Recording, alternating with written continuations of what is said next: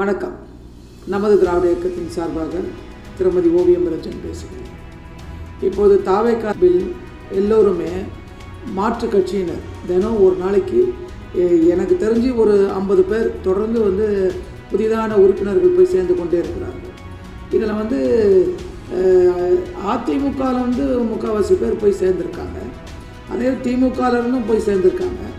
எல்லோரும் மாற்றத்தை நம்பி வேணும், ஒரு மாற்றம் வேணும் தமிழ்நாட்டில் அப்படின்னு சேர்ந்துருக்குறாங்களா, இல்லை லஞ்சமே இருக்கக்கூடாது, லஞ்சம் இல்லாத ஒரு தமிழ்நாடாக இருக்கணும், இனிமேல் இந்த கரப்ஷன் இருக்கக்கூடாதுன்றதுனால போய் சேர்ந்தாங்களான்றது தெரியல.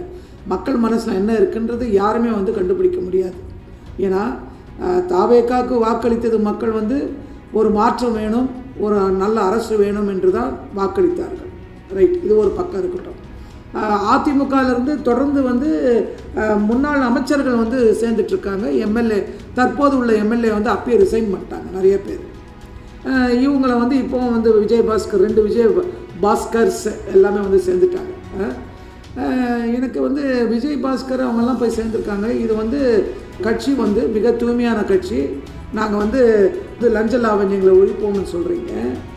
எதற்காக இந்த லஞ்ச லாவண்யத்தை வாங்கி இந்த தமிழ்நாட்டை சீரழித்த இந்த விஜயபாஸ்கர் போல ஆட்கள் எல்லாம் வெக்கம், மானம், சூடு, சொரணம் இல்லாமல் சேர்ந்ததோடு மட்டும் இல்லாமல் அசிங்கமாக போய் செல்ஃபி எடுங்க. அவர் சொல்கிறாரு, அந்த சேர்ற அன்னைக்கு சொல்கிறாரு, எல்லோரும் செல்ஃபி எடுங்க, அடித்து விடுங்க விட்டு, அதாவது மாற்றம் வேணும், மகிழ்ச்சியாக அடித்து விடுங்க, புதிய மாற்றம் வேணும்னு அடித்து விடுங்க, புதிய தொடர்ச்சி என்று அடித்து விடுங்க.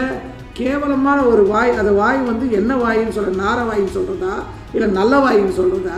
இதே வாய் தான் அங்கே அன்னைக்கு அம்மா கிட்ட நின்றுட்டு, எனக்கு அம்மா தெய்வம், எனக்கு இந்த கட்சி ஒரு தெய்வம், இதுதான் எங்களுடைய வாழ்க்கைன்னு சொல்லி இருந்தவங்க எப்படி ஒரு கட்சியை மாறி இன்றைக்கி இந்த ஒரு சின்ன பசங்கிட்ட போய் இது யார், இவர் யார், முதல்வர் அவருடைய ஃபோட்டோவை காட்டி, இவர் யார், விஜய் மாமா, அவங்க நல்லா தெரியுமா, இதெல்லாம் சின்ன குழந்தைங்க பண்ணுற வேலை.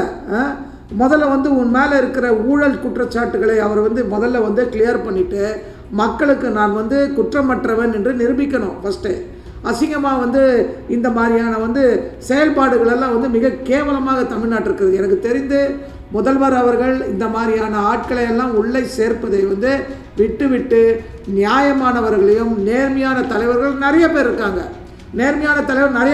இன்றைக்கி திமுக தோற்றதுக்கு காரணமே உண்மையான தொண்டனை அவங்க அடையாளம் கண்டு கொள்ளவில்லை. ஃப்ராடு பண்ணுறவனோ திருட்டுதனம் பண்ணுறவனையோ பெரிய அங்கே ஒரு சீன் காட்டுறவனுக்கு தான் அங்கே முதலிடம் கொடுத்தாங்க. உண்மையான தொண்டன், இன்றைக்கும் உண்மையான தொண்டன் தான் திமுக வாழ்கன்னு சொல்லிட்டு இருக்காங்க. இன்றைக்கி உண்மையான தொண்டன் தான் போயிட்டுருக்காங்க. ஏன்னா இவனுங்கெல்லாம் நல்லா ஃப்ராட்தனம் பண்ணி சம்பாரிச்சிட்டாங்க.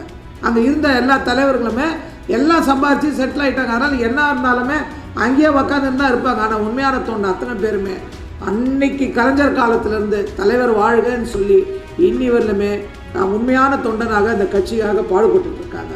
அதனால் இப்பொழுது நான் என்ன சொல்கிறேன்னா, உண்மையான தொண்டர்கள் தாவேகாவில் இருக்கிறாங்க. தாவேகாவுக்கு ஜெயிக்கணும்னு சொல்லி தாவேகா உண்மையான தலைவர் முதல்வர் ஆக வேண்டும் என்று குரல் கொடுத்து உண்மையான ஏழை தொண்டனெல்லாம் இருக்கான்.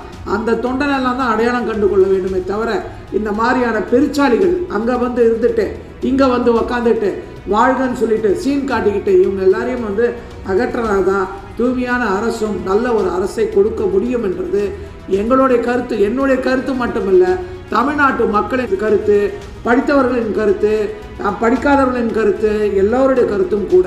இந்த மாதிரியான ஒரு பெருச்சாலைகளை உள்ளே வச்சுக்கிட்டா திரும்ப தூய்மைப்படுத்தி இருக்கிற அந்த கட்சி திரும்ப இவங்களால் கலங்கப்படும். அதனால் சேர்ப்பவர்கள் கூட எல்லாமே நல்ல ஒரு அரசியல் தலைவர்களாக, நேர்மையான ஒரு அரசியல் தலைவர்களாக, மக்களுக்கு செய்யக்கூடிய தலைவர்களாக சேர்க்க வேண்டும் என்பது என்னுடைய நமது திராவிட இயக்கத்தின் சார்பாக என்னுடைய தாழ்மையான வேண்டுகோள். நன்றி, வணக்கம்.